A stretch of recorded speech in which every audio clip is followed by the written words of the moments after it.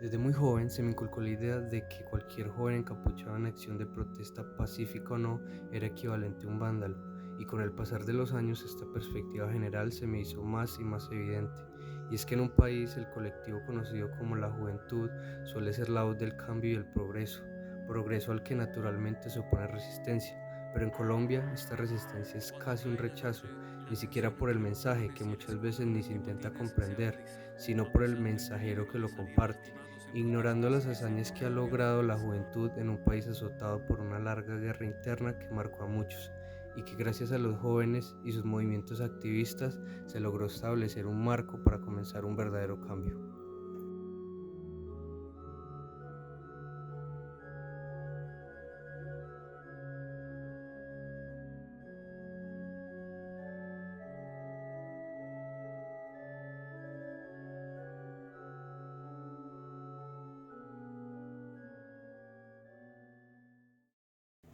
Ese cambio al que hago ilusión fue llamado Constitución del 91, y las razones para luchar por este cambio se encuentran plasmadas en nuestra línea de tiempo.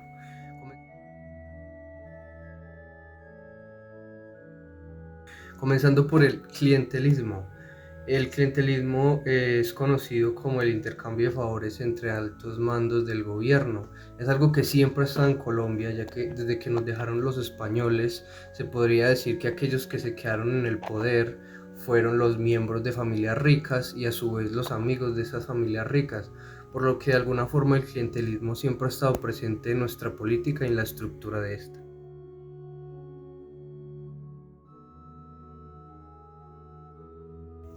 Las insurgencias o guerrillas.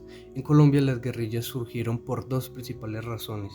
Uno era el malestar generalizado de la época, por la violencia política principalmente, y la otra fue la influencia de la ideología en auge en ese momento en Occidente y Oriente, que fue el comunismo. Estos grupos de campesinos e incluso sacerdotes se organizaron y, siguiendo esta ideología, alzaron las armas con el fin de retomar el poder o hacer reformas sociales. Y esta fue su principal objetivo, hasta que decidieron empezar a financiarse con actos ilegales. El narcotráfico. El narcotráfico en Colombia se dio principalmente y surgió debido al abandono del Estado en muchas de sus regiones, sobre todo regiones rurales, como se es entendido.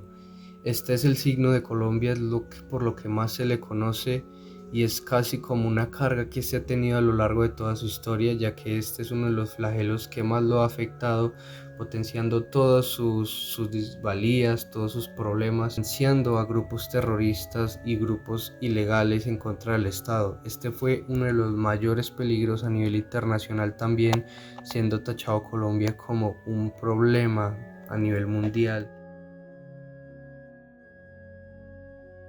Paramilitarismo. Los paramilitares, o más precisamente los mercenarios colombianos, fueron un grupo armado ilegal pero financiado de manera legal por altos miembros del gobierno. ¿Por qué el gobierno querría hacer algo así? Pues se encontraron un poco desesperados buscando una forma de detener las guerrillas que tanto llevaban ya en Colombia. También se podría decir que la presión internacional por acabar con estos flagelos comunistas que habían infestado todo el continente había sido una urgencia, por así decirlo, ya que la presión, sobre todo estadounidense, por realizar la llevada a la justicia de estas guerrillas era prioridad a nivel internacional. Así que este fue el surgimiento y principalmente el por qué estas guerrillas fueron perseguidas de maneras ilegales y poco éticas como lo fueron los paramilitares.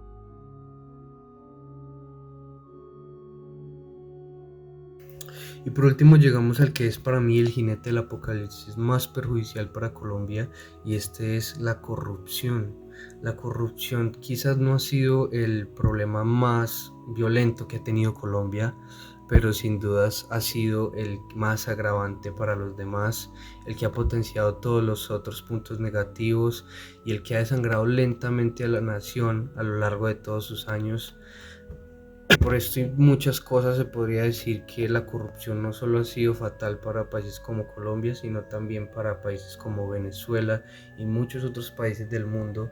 Así que es por eso es el que yo elijo como el más perjudicial de manera general para la población y para la historia de Colombia.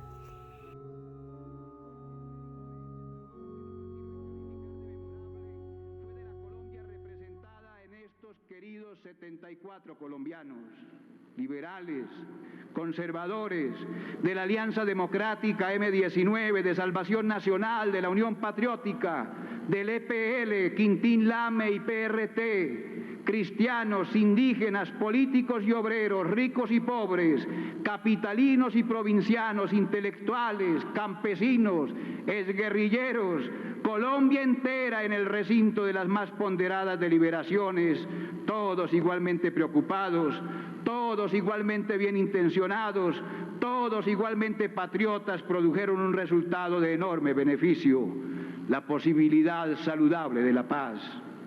Ojalá llegue muy pronto para los colombianos y los 30 millones de hermanos que a partir de hoy comulgan con los propósitos inigualables de la Constitución de 1991, dispuestos estén a participar en la formidable empresa de convertir a Colombia en la patria convivente y justa que todos tenemos derecho a gozar.